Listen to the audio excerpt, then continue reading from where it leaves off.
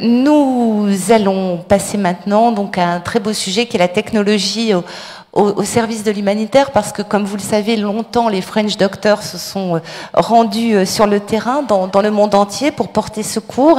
Et aujourd'hui, ils peuvent s'appuyer donc sur des progrès technologiques. Ils peuvent examiner donc leurs malades à distance. Ils peuvent décider aussi à distance des stratégies thérapeutiques qu'ils vont mettre en œuvre. Donc, c'est une solution tout à fait idéale. Et pour en parler, nous avons le grand plaisir d'accueillir Alain Deloche, le cofondateur de Médecins sans frontières, Médecins du monde, fondateur de l'association humanitaire La Chaîne de l'Espoir, et qui a été à la tête de l'hôpital européen Georges Pompidou de 2000 à 2010. On l'applaudit très fort. Et nous avons également le grand plaisir d'accueillir Clara Nordon, qui est directrice de la Fondation Médecins sans frontières, et pour animer les échanges, Guillaume Gralet, donc chef de service Nouvelles Technologies au Point. Guillaume, c'est à vous. Merci beaucoup. Merci beaucoup. On a beaucoup de chance parce que en ce moment même, on est avec des défricheurs. On est avec des gens qui voient les choses différemment, qui veulent bousculer les pratiques. Alors c'est le cas bien sûr d'Alain Deloche, qui en 71 co-créé Médecins sans frontières, et qui a un vrai message, il va nous le dire tout à l'heure, c'est-à-dire que la médecine humanitaire n'est pas une sous-médecine, ça c'est très important. Et puis Clara qui dirige donc la fondation Médecins sans frontières, qui en collaboration avec le CRASH, donc le Centre de réflexion et d'action sur les savoirs humanitaires, réfléchit à bousculer un peu les pratiques, à aiguiller sur l'utilisation des nouvelles technologies, pour que les nouvelles technologies profitent au plus grand nombre. Alors, Alain, on va vous laisser la parole à vous en premier. Je crois que vous avez quelques images à nous montrer. Venez, on met juste les images en place.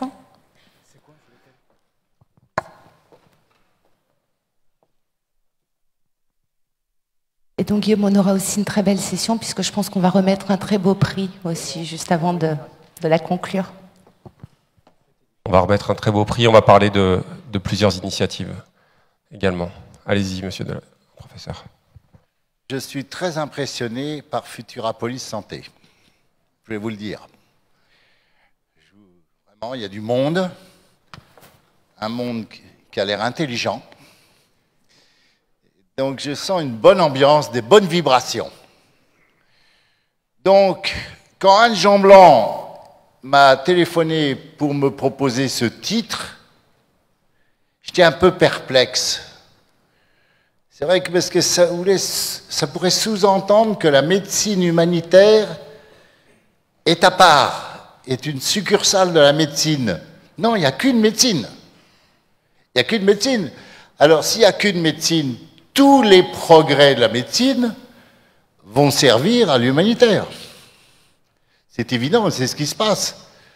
Donc, voilà, néanmoins, Anne Jean-Blanc m'a convaincu, donc je viens ici et content. Alors, je vais simplement, le message, c'est vrai que je fais partie un peu des dinosaures de l'humanitaire, puisque j'étais présent à la création de Médecins sans frontières, 1972, et je peux vous parler de ce qu'on a appelé les French Doctors, c'est les États-Unis qui nous l'ont dénommé comme ça. Et donc, peut-être que la table ronde pourrait être la mutation de l'humanitaire, la mutation profonde, comme dans beaucoup de secteurs. Donc, sachez que quand on partait dans les années 70, dans les années 80, voire 90, on partait avec un sac à dos, une malle, et surtout coupé du monde. Donc tu disais qu'on avait le téléphone satellite, ça c'était un luxe qu'on n'avait pas toujours. Donc, on est coupé du monde. Alors, même en termes de sécurité, c'est curieux, on était coupé. Alors c'est pour ça que je pourrais vous parler de la robotique en chirurgie, de l'intelligence artificielle. Non, c'est pas le propos. Je pense qu'il faut mieux parler de choses simples, très simples. Le portable. Énorme. On n'est plus isolé. Déjà, vous savez qu'on est parfois dans des terrains un peu difficiles. Afghanistan, par exemple. Nord Mali. d'être joignable peut être utile pour le groupe, mais surtout, le portable, 2/3 de l'humanité dans quelques années vont être connectés. Ils seront connectés. Ils sont déjà connectés. Le portable sauve des milliers, des centaines de milliers de vies parce qu'ils sont joignables. Ça, c'est intéressant. Alors, je peux vous multiplier les exemples, mais par exemple, lorsqu'il y a eu l'épidémie d'Ebola, je crois qu'MSF a créé une application qui a permis de détecter les malades suspects d'Ebola. Quand moi j'ai vécu un épisode des migrants fuyant la Syrie en Grèce, ce qui m'a le plus frappé, c'est que tous ces migrants avaient un portable. Et finalement, on a créé une application pour leur permettre, s'il y avait des problèmes de santé, de venir dans tel ou tel centre, hôpital ou autre. Vous voyez bien que l'humanitaire est connecté. Alors ça, c'est une grande nouvelle. Et c'est pas fini. Je ne sais pas si tu as été dans quelques villages en Afrique où il n'y a pas d'électricité. Bon, mais on recharge de son portable avec des batteries. Vous voyez bien que ça, c'est un point qui va pour nous être essentiel dans la diffusion de messages et dans la prise en charge de soins, particulièrement en urgence, parce qu'on est connecté. Ça, c'est très important. Donc ça, c'est le premier point. Le deuxième point, peut-être le diapo suivant. Bon, je ne vais pas faire le topo Internet. Je ne suis pas... Vous êtes d'accord? Enfin, j'espère que vous êtes d'accord. Oui. Voilà. Je ne sais même pas comment... C'est tellement évident. Le savoir est à portée de tous. Vous vous rendez compte, ça?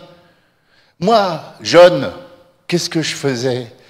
Des cadeaux au fin fond de l'Afrique ou de l'Asie, j'arrivais avec un livre, des livres qui faisaient 10 kilos, mais c'était un cadeau essentiel, des vieux livres même. C'est fini? Mais c'est fini. Le médecin au fin fond du Mali, s'il est connecté, ça, il faut être connecté. Alors, on voit un peu qu'il y a les stratégies. On établit, bien sûr, tous ces pays émergents ne sont pas bien connectés, mais ça avance. Alors, pour un médecin, vous vous rendez compte? Vous savez tout? YouTube? Vous voulez une technique opératoire? On y va? Vous pouvez y aller ce soir. Ça, c'est pas une révolution, c'est une mutation. En termes génétiques, c'est différent, hein. On est dans une autre pratique. C'est ça qu'il faut comprendre. Il y a des inconvénients, car maintenant, tout le monde sait.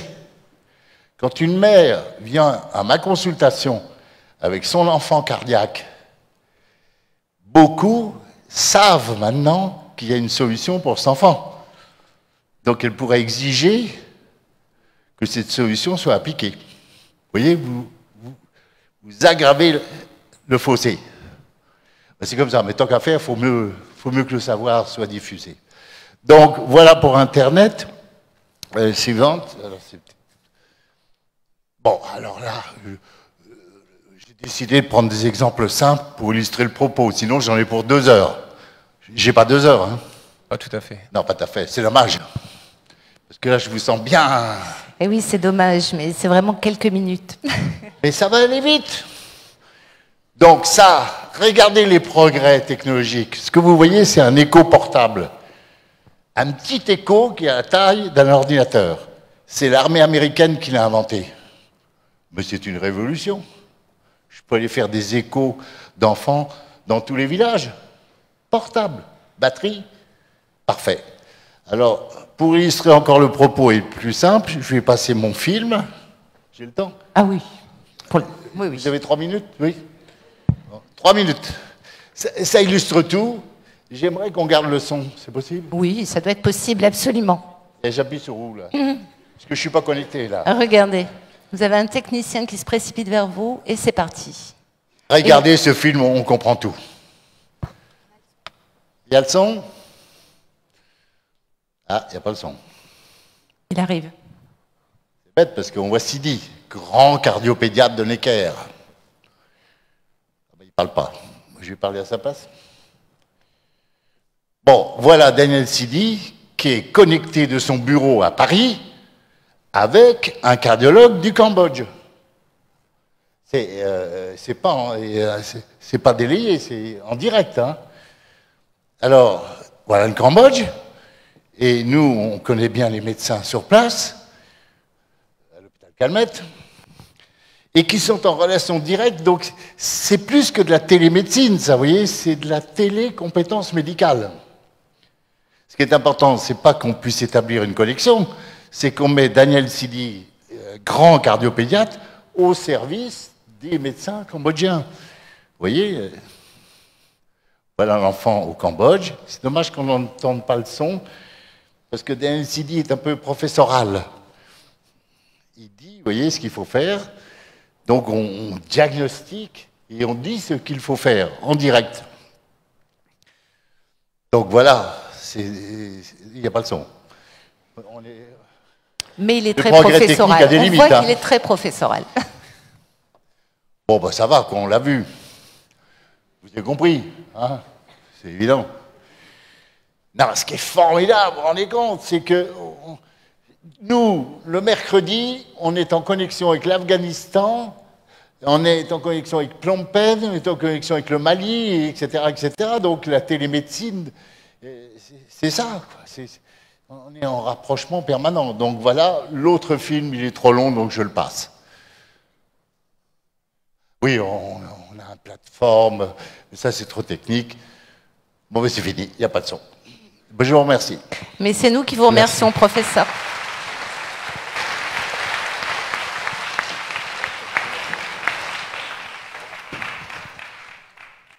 Clara Nordon. Alors, ouais, Clara Nordon, qui a énormément de chantiers avec la Fondation. Un d'entre eux, c'est le projet Prothèse 3D.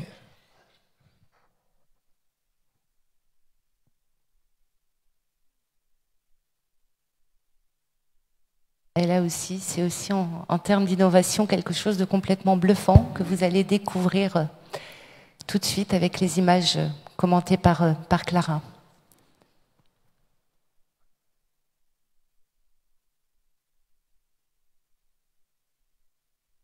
Et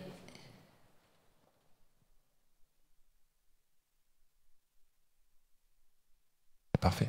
alors, peut-être, je ne sais pas où, Clara, vous pouvez... Oui. Bonjour, merci à tous d'être présents. Merci de m'avoir invité sur ce panel. Moi, je travaille à la Fondation MSF et le petit satellite qui va aider... non, c'est pas celui-là. Qui va aider Médecins sans frontières à explorer dans quelle mesure les nouvelles technologies vont pouvoir nous aider dans la prise en charge de nos malades. Donc un des premiers projets sur lequel on a travaillé, on a commencé il y a 2 ans, donc c'est vraiment tout frais, c'est sur le cas des amputés. En fait, sur beaucoup de nos terrains d'opération, on a constaté qu'il y avait très peu de personnes qui bénéficiaient d'équipements prothétiques. C'est un constat largement partagé, il y a 5 à 15 personnes 5 à 15% de la population dans les pays à faible et moyen revenu qui peuvent bénéficier de ces équipements.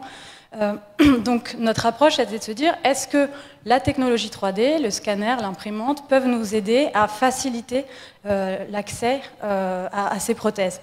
Donc là on fait la connaissance d'Ahmed. Ahmed, c'est un patient syrien qui a perdu son bras lors d'un bombardement en Syrie, une des trop nombreuses victimes du conflit, une des trop nombreuses victimes civiles du conflit syrien. Donc nous, on s'occupe des membres supérieurs pour l'instant.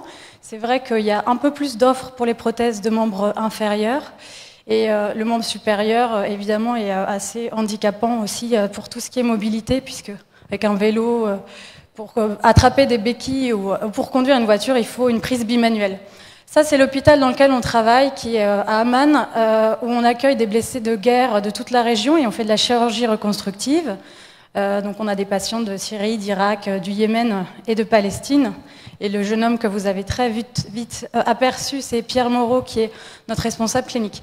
Là, on a vu très très rapidement Le scanner qu'on utilise, donc c'est vraiment un tout petit appareil hyper portatif qu'on va venir brancher sur une tablette et qui permet d'avoir une photo en 3D du moignon.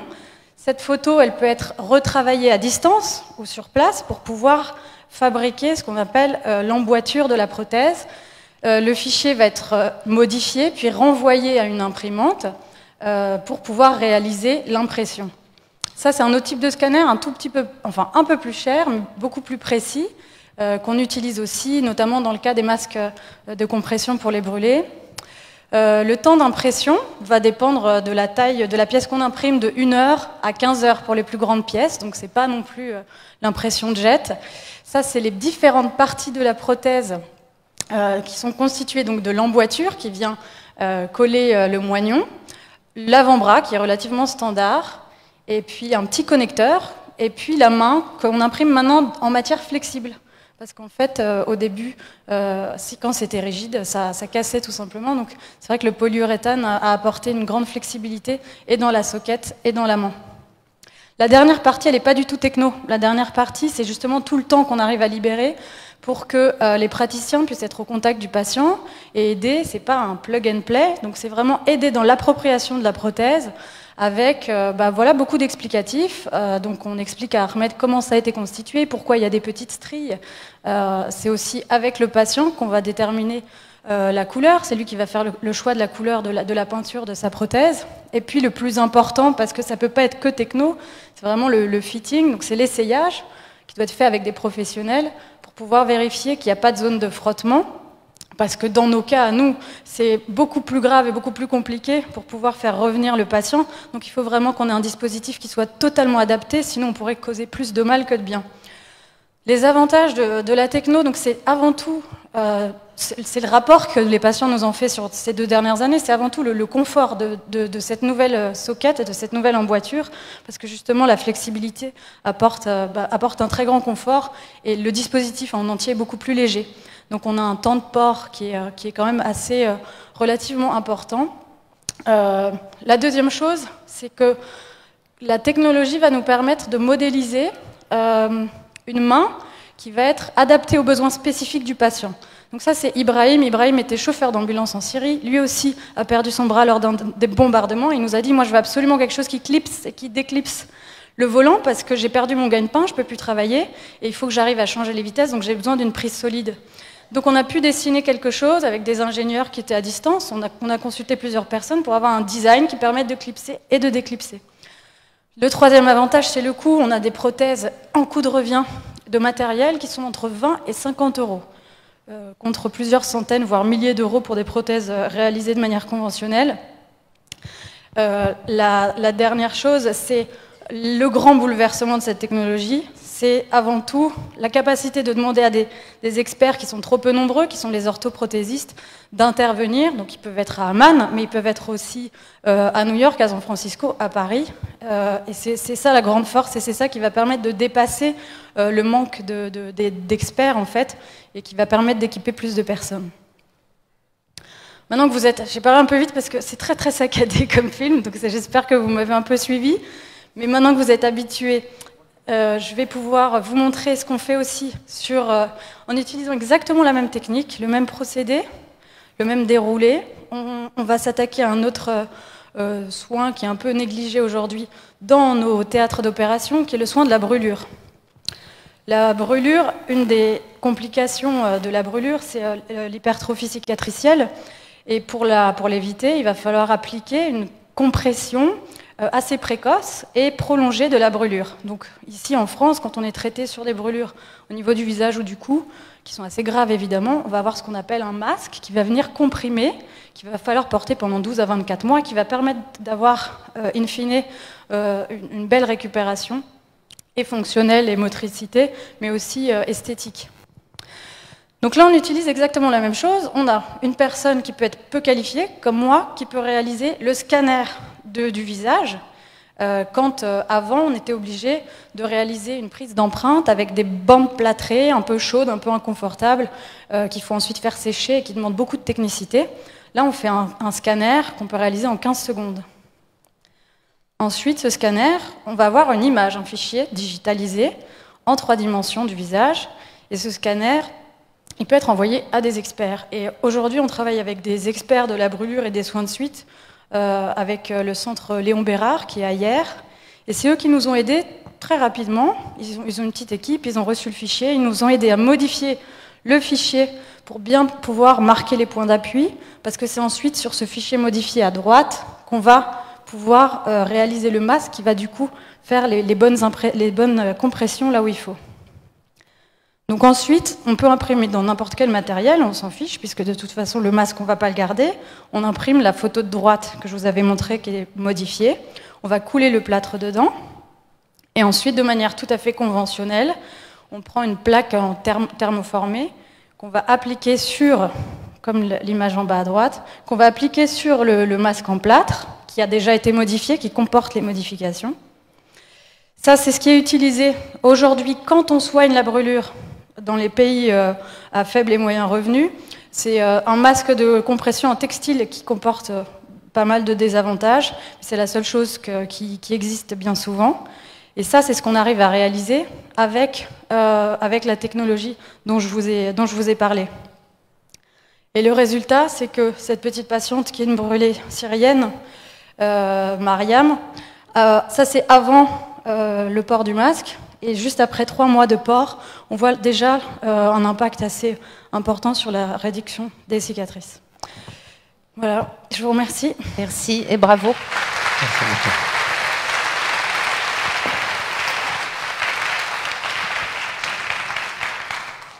Alors, juste avant de laisser la parole, parce que je pense qu'il y a beaucoup de questions dans la salle, ça laisse pas indifférent tout ce que vous avez dit tous les deux, mais j'avais une question à vous poser sur la difficulté ou la nécessité d'adaptation quand on est sur le terrain.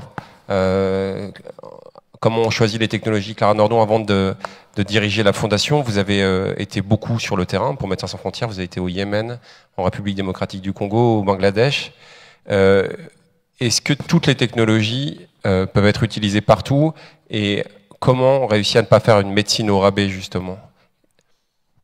Je pense que l'intérêt d'avoir des espèces d'unités un peu spécialisées sur l'adaptation des nouvelles technologies pour l'humanitaire, c'est de surveiller tout ce qui se passe au niveau de l'imagerie, de l'intelligence artificielle, etc., mais avoir bien en tête le contexte dans lequel on intervient. Parce qu'évidemment, on peut parler de super algorithmes qui aident dans le diagnostic sur des IRM, mais nous, on n'a pas d'IRM sur le terrain. On peut parler de choses, même l'impression 3D, ça offre plein de promesses, mais on ne va pas pouvoir mettre une imprimante partout, parce qu'en fait, l'imprimante, parfois, c'est très long à imprimer. Il suffit qu'il y ait une coupure de courant, il faut tout recommencer depuis le départ. Et on en parlait avec le professeur tout à l'heure, il y a encore beaucoup de pays où on intervient, où il y a l'électricité, mais parfois ça saute. Quand il y en a. Donc il faut aussi, pareil pour la connectivité, je pense qu'avant de parler d'ultra-futur, il faut parler de connectivité sur tous les terrains, et c'est assez récent qu'on ait des connexions sur le terrain, mais c'est pareil, c'est des faibles débits, donc il va falloir s'attaquer à des technologies qui permettent de désynchroniser, d'intégrer les algorithmes sans avoir besoin de connexion, et d'avoir des choses qui soient robustes aussi, du matériel biomédical très complexe. C'est pas adapté dans des lieux où il fait 40, 50 degrés, où il y a de la poussière, où il va falloir faire 6 heures de chemin chaotique pour pas revenir. Merci beaucoup. Professeur Deloche, vous disiez tout à l'heure qu'on ne pouvait pas encore... Non, je dirais exactement la même chose. Ouais. Simplement, de plus en plus, on rencontre des experts, des polytechniciens. D'ailleurs, je ne comprends pas toujours ce qu'ils disent.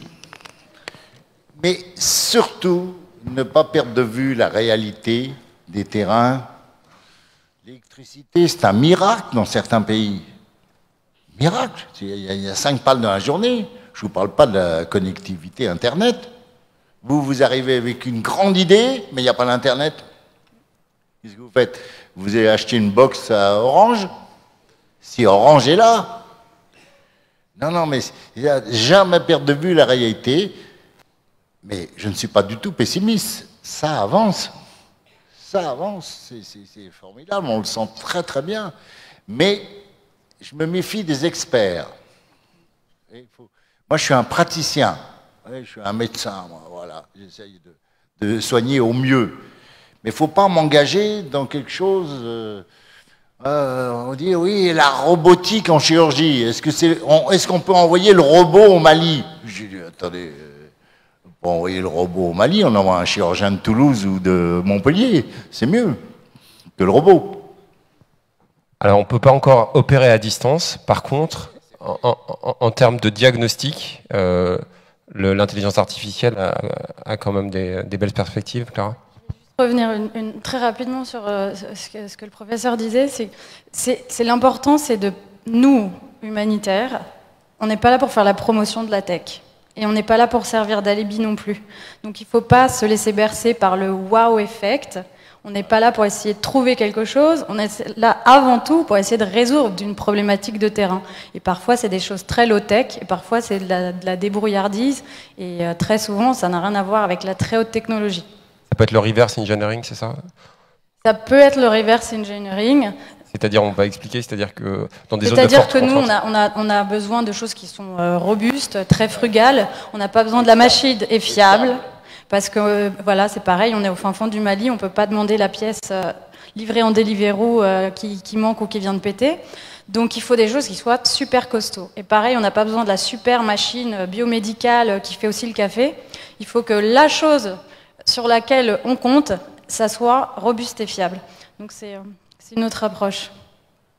Et, tout à l'heure, on parlait d'un exemple justement d'innovation inversée. C'était sur les scans 3D, non? Le scan 3D, nous, on va en faire la démonstration en IT pour la prise d'empreinte qui remplace la prise d'empreinte plâtrée. On va aider à porter, à objectiver avec une étude. Et du coup, c'est des choses qui aident à vulgariser l'usage aussi. Donc il y a aussi des choses qu'on fait par manque de moyens ou par manque de connectivité qui peuvent être réutilisées ensuite, même dans les pays développés. En termes de diagnostic, par contre, on a quand même fait des gros progrès, non? Avec peut-être, j'ose pas le dire, mais peut-être l'intelligence artificielle. Oh là là, l'intelligence artificielle, oui. Non, je crois que...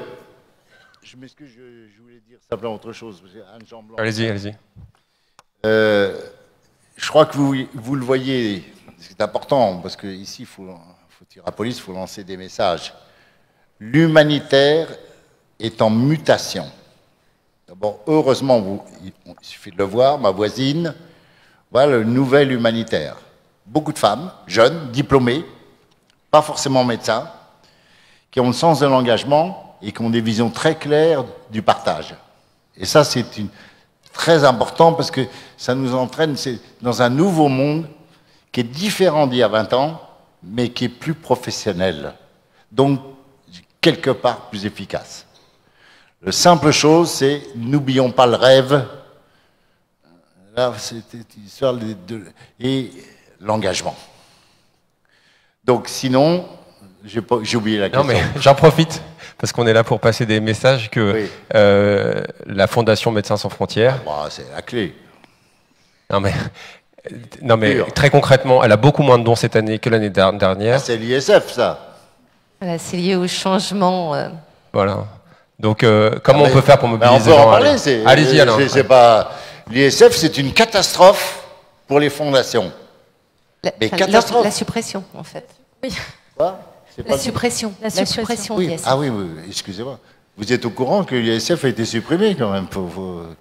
Alors, peut-être que ça ne nous concerne pas, nous, mais néanmoins, c'est un événement pour les fondations, la fondation des orphelins d'Auteuil, de l'abbé Pierre, de Deuil. On est tous à moins 50%. À cause des déductions. Environ. Oui, et la Fondation Médecins Sans Frontières est dans le besoin. Pour revenir sur l'intelligence artificielle, ça paraît assez éloigné, mais derrière l'intelligence artificielle, c'est couplé évidemment au traitement d'images. Et je pense que si aujourd'hui, il y a énormément d'argent qui est donné sur la recherche, justement sur qui partent d'images et de signaux d'outils diagnostiques disponibles dans les pays développés, comme des algorithmes sur l'IRM, etc. C'est important aussi de développer des choses qui partent de diagnostics qui sont accessibles sur les pays en développement, comme le téléphone et les très hautes résolutions des caméras qu'on a sur tous nos téléphones maintenant, la très grande capacité de calcul qui est aussi dans tous les smartphones, et qu'avec ça, on peut arriver à appuyer certains diagnostics qui partent d'observations d'images. notamment en microbiologie. Donc ça, c'est un prochain projet dont j'espère pouvoir vous parler l'année prochaine. Je peux rajouter quelque chose, j'ai oublié de vous dire quelque chose. Merci Clara. Une des philosophies des French Doctors il y a 30 ans, c'était de témoigner. Témoigner. Alors on faisait des carnets de bord, on prenait une photo. L'introduction des téléphones portables et des réseaux, etc., c'est que maintenant la victime peut être à la limite témoin du drame. Un médecin syrien qui est bombardé peut envoyer les preuves de ce bombardement. Il n'y a pas besoin Et ça a été essentiel. Avant, on avait besoin des journalistes qui nous accompagnaient souvent pour témoigner d'un drame. Maintenant, en quelques minutes, on est d'accord que ça peut circuler. Et ça, c'était aussi un énorme changement. La victime peut témoigner de son drame. Merci beaucoup. Je vous propose de prendre une ou deux questions donc avant la remise du prix. Alors, avez-vous une question pour le professeur Deloche ou Madame Nordon donc, sur tous ces enjeux? Oui, on a une question ici. S'il vous plaît, monsieur. Est-ce qu'il y en a une deuxième? Alors, le micro. Voilà. Bonjour, je suis médecin et compagnon de longue route de Médecins du Monde, ancien membre du CA de Médecins du Monde. Donc je vous remercie, et je suis médecin à Montpellier, donc je suis un peu chez moi et je suis vraiment content d'avoir ces interlocuteurs aujourd'hui. Alors je suis vraiment d'accord avec vous sur les apports de la technologie et sur les limites qu'ils peuvent avoir aujourd'hui sur les terrains. Vous avez parlé bien de terrain et de contexte qui sont effectivement différents les uns des autres. Et aujourd'hui, on sait que sur beaucoup de terrains, la question de la sécurité est une question prégnante. Et une question qui est liée à la sécurité, c'est celle de la perception. Et moi, j'aimerais bien savoir votre avis à tous les deux sur finalement comment les populations qui aujourd'hui participent et sont bénéficiaires des actions humanitaires perçoivent ces avancées technologiques qui finalement sont pour nous perçues comme des choses extrêmement positives. Et finalement, est-ce que c'est la même chose de l'autre côté? Merci. Clara. Vous avez tout à fait raison. La clé de notre sécurité, donc nous on est no weapon, pas d'armes nulle part. Et la clé de notre sécurité, c'est vraiment le dialogue avec les populations et notre acceptance et les socles fondateurs de neutralité et de toujours arriver à raconter ce qu'on fait.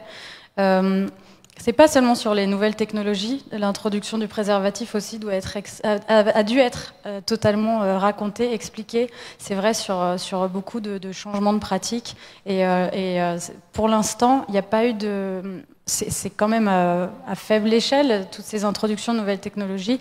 Donc, pour l'instant, il n'y a pas eu de mauvaise perception. Mais c'est vrai qu'il y a un temps important qui est dédié à l'explication et à la pédagogie. Merci. Non, simplement, l'introduction de nouvelles technologies met en avant des faiblesses. Donc, lorsque tu n'as pas de réseau Internet, on t'engage à tout faire pour qu'il y ait un réseau. J'ai eu ça en Guinée-Conakry, par exemple. Je voulais faire une démonstration magnifique qui n'a pas pu avoir lieu, parce qu'au dernier moment, il n'y a plus de réseau. Donc, je crois que c'est ce que je disais, ça met en évidence des fossés quelquefois plus grands qu'il y a quelque temps. Donc, il y a un fossé encore entre nous. Mais disons que non, on est plutôt optimiste. Quoi. Merci. Dernière question? Oui, Madame Gouli. Là. Bonjour Monsieur Docteur Deloche, bonjour chère Madame. J'ai entendu vos discours à tous les deux. Moi c'est simple, je suis militante à peu près du même sphère que vous deux. J'ai bien compris que vous militez également dans une médecine à proximité des personnes, des malades, des amputés. Je voulais savoir si vous aviez besoin de quelqu'un. Voilà, je suis bénévole. Ça, c'est ça. Bravo. Merci. Voilà, ma spécialité, c'est plutôt l'accessibilité à la mobilité pour les personnes handicapées. Voilà. C'est parfait. En fait, ce que je voulais dire, c'est que grâce à cette technologie, c'est pas une technologie qui va éloigner, c'est une technologie qui va servir à rapprocher, à constituer tout un réseau. On n'en a pas parlé, mais dans 2 ans, dans 3 ans, cette technologie, il ne faut pas qu'elle soit accessible juste à Amman. Et nous, notre petite équipe, on ne va pas repasser 2 ans dans un autre pays parce qu'on a des besoins en Irak, on a des besoins en Palestine, on a des besoins à Gaza, on a des besoins en Syrie, évidemment, et beaucoup de besoins. Il faut aller vite. Et pour aller vite, on a besoin de beaucoup de monde, beaucoup d'orthoprothésistes, d'ergothérapeutes. Et cette aide-là, on peut l'avoir à distance, décentralisée, justement grâce à la magie de cette digitalisation de l'image de base. Donc c'est vraiment vers là qu'on va aller, et si on a suffisamment collecté, on va partir sur un hub de production et permettre de mettre en relation des experts, des médecins, comme le Centre Léon Bérard, et bien plus autour, pour pouvoir avoir des téléconsultations rapides avec des bénévoles comme vous, madame. Merci. Merci beaucoup. Guillaume, je propose que nous passions à la remise du prix. Alors, je vais demander à la régie de lancer un petit film qui dure 1 minute, mais vous allez voir pourquoi. Donc, la Fondation NJ a décidé de remettre ce prix à un médecin, voilà, donc qui sera avec nous et qui a permis donc que soit réalisée une opération du cœur au Mali. Donc, voilà les images.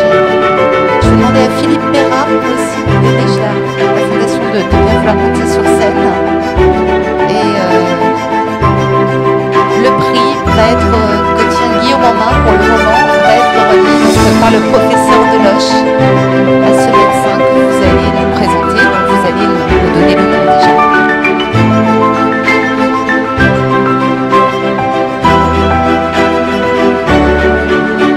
Voilà, ce sont là encore de très très belles images et on peut les applaudir. Alors vous avez un micro, professeur, monsieur Perra. Pardon? Je vous donne mon micro. Je cherche Fabio, il est où? Oui, Fabio. Intéressant. Nous cherchons Fabio, bah oui. Ah, le voilà.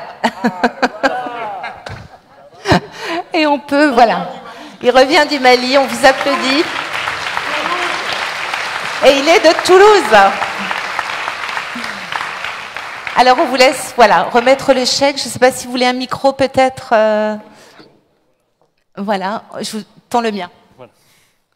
Alors on est très heureux, nous, de vous remettre ce prix. On est un partenaire historique de la chaîne de l'Espoir. Voilà, on vous a aidé à créer l'hôpital de Kaboul. À l'époque, c'était déjà Gaz de France et Suez qui ont participé. On vient de faire un projet magnifique avec vous, la Maison des Enfants, à l'hôpital de Dakar, puisque ça, c'est le grand projet d'Alain, et qui va permettre d'accueillir plein d'enfants venus de toute l'Afrique. Voilà, donc c'est notre grande fierté. Et puis, bien sûr, on vous aide dans beaucoup de choses humanitaires, les réfugiés. Voilà, on est votre partenaire. Et on trouvait bien de récompenser aussi ceux qui prennent sur leur temps libre, leurs vacances, pour s'engager à vos côtés, hein, et qui quittent leur confort de Toulouse pour aller au fin fond du Mali aider les enfants. Et donc ça paraissait voilà, très bien d'être à vos côtés pour ça, et en tout cas un grand bravo pour votre engagement. Voilà. Un mot sur sa mission. Voilà. Bon, en tout cas, merci beaucoup. Hein. Alain, c'est toujours un plaisir de travailler avec toi. Je suis désolé, je suis italien, donc peut-être que je vais dire quelques mots qui ne sont pas forcément corrects. En tout cas, la chaîne de l'Espoir nous a permis d'aller au Mali à travailler, et j'ai trouvé des gens vraiment avec un grand cœur, une force de volonté incroyable, comme tu le disais avant. C'est mieux peut-être un chirurgien qui part plutôt qu'un robot, et plutôt que la nouvelle technologie, mais vraiment des gens qui ont l'envie, qui ont le cœur et qui ont la force de volonté pour faire avancer ces peuples, ces gens qui ont vraiment besoin de nous là-bas, et qui vraiment, ils ont l'envie de progresser et de faire du bien à les petits enfants qui malheureusement là-bas ils meurent tous les jours. Je voulais seulement vous dire que le 50% de la population malienne, elle a moins de 15 ans, et l'espérance de vie elle est à l'entour de 48 ans. Donc on voit tous les jours des gens là-bas mourir. Tous les jours on voit en consultation des enfants qui arrivent trop tard, malheureusement, à la consultation. Et voilà, ça fait chaud au cœur et ça nous donne l'envie vraiment de partir tout le temps pour aider ces personnes. Bravo, on vous applaudit. Un immense merci. Donc moi, je suis dans une situation difficile parce que je suis membre de la Fondation NJ depuis des années et je suis un peu membre de la chaîne de l'espoir aussi. Donc simplement, il faut bien comprendre que ce que l'on a créé, c'est une antenne au Mali de chirurgie cardiaque. Ce n'est pas d'opérer un seul enfant, ça continue. Hein. Et la liste d'attente, juste pour vous mettre au parfum, c'est plus de 2800 enfants en liste d'attente à opérer. Voilà. Voilà la tâche impartie. Bravo encore. Fatima. Bravo. Bravo, bravo. Et alors maintenant, j'ai une superbe nouvelle pour vous. C'est-à-dire que la Fondation NJ a décidé donc d'offrir 200 livres du professeur Alain Deloche, donc un éléphant blanc, ça ne change pas de couleur. Et donc, vous allez pouvoir avoir ces livres qui vont vous être dédicacés par le professeur Deloche. Donc, voilà, c'est maintenant, absolument. Donc, merci beaucoup aussi à la Fondation NJ. Merci, merci professeur, merci Clara, merci Guillaume. Donc, ce que je vous propose, hein, pour que nous ne poursuivions pas devant une salle vide pour ceux qui veulent bien évidemment repartir avec le livre donc, du professeur Deloche, c'est qu'on fasse 10 minutes de pause. Donc, on se retrouve à 15h10 très précise. Et nous allons parler de la réparation des cœurs sans effraction. À tout de suite.